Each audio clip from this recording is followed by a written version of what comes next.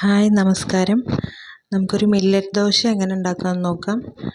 അതിന് വേണ്ടിയിട്ട് ഞാനിവിടെ പേൾ മില്ലറ്റാണ് എടുത്തിരിക്കുന്നത്. ഏത് മില്ലറ്റ് വേണമെങ്കിലും എടുക്കാം. തിന, ചാമ, അങ്ങനെ ഒരുപാട് ഐറ്റംസ് ഉണ്ടല്ലോ. അപ്പോൾ ഒരു കപ്പ് മില്ലറ്റ് എടുക്കുകയാണ്. അതൊരു പാത്രത്തിലേക്ക് ഇട്ട് കൊടുക്കാം. മെഷർമെൻറ്റ് കപ്പിൽ ഏറ്റവും ചെറിയ കപ്പിൽ ഒരു കപ്പ് ഉഴുന്നിട്ട് കൊടുക്കാം. ഇല്ലെങ്കിൽ 2 വലിയ ടേബിൾ സ്പൂൺ ഉഴുന്നെടുത്താലും മതിയാവും.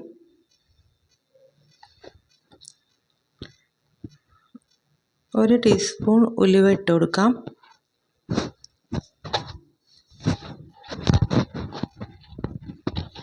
നല്ലതുപോലെ കഴുകിയതിന് ശേഷം 6 മണിക്കൂർ അല്ലെങ്കിൽ ഒരു 8 മണിക്കൂർ കുതിരാൻ വയ്ക്കണം.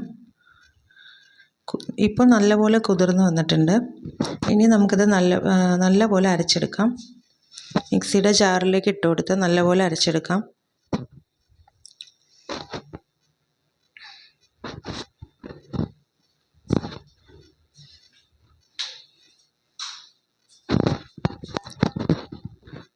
ഇപ്പോൾ മാവ് നല്ലപോലെ അരഞ്ഞ് കിട്ടിയിട്ടുണ്ട്. ഇനി നമുക്കിതൊരു 8 മണിക്കൂർ പുളിപ്പിക്കാൻ വയ്ക്കാം. 8 മണിക്കൂറിന് ശേഷം നമുക്കിത് ദോശ ഉണ്ടാക്കാനായിട്ട് ഉപയോഗിക്കാം.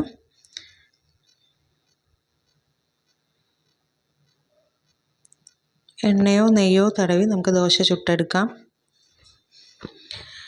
ഡയബറ്റീസ് പേഷ്യൻസിനും വണ്ണം കുറയ്ക്കാൻ ആഗ്രഹിക്കുന്നവർക്കും ഒക്കെ പറ്റിയൊരു ദോശയാണിത്. ലോ കലോറി ദോശയാണ്. ഇപ്പോൾ നമ്മുടെ ദോശ മൊരിഞ്ഞ് വന്നിട്ടുണ്ട്. ഇനി നമുക്കത് മറിച്ചിടാം. എല്ലാവരും ട്രൈ ചെയ്ത് നോക്കണം. Thank you.